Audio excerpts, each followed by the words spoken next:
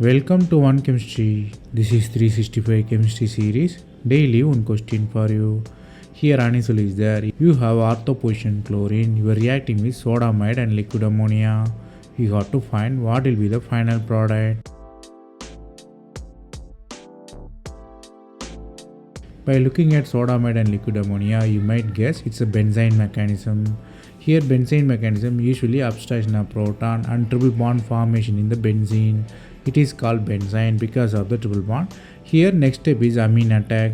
Amine can attack A and B, but if amine attack A, you have lone pair and anion near to each other, so electrostatic repulsion will be there. Same charge repel each other. If it attacks B, you have anion away from the system. So NH2 attack the B is the major. So you have final product which is on ortho position. So the attachment happen at the ortho position. Here the concept you have to learn here is in Benzyne mechanism the intermediate stability decides the final product.